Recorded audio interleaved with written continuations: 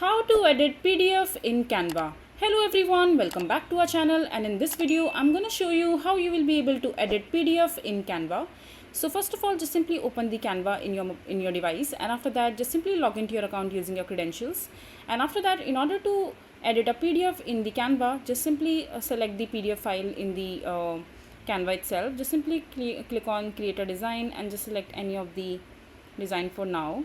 And after that, just simply click on the upload section from the left hand side of the screen and click on upload image or video.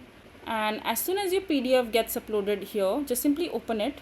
And when your PDF gets open right here, you just simply have to double click on the text where you want to edit the PDF. You can also add images over here. You can add text, images, files, and some kind of animation or whatever it is that you would want to add.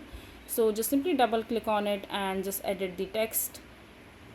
Bring new elements over here while clicking on the elements from the left hand side of the menu screen. You can add them here. You can add different images right here. You can add tables, chart, formats, and other things. So yeah, this is basically how simply you will be able to edit PDF in Canva. I hope you find this video to be helpful.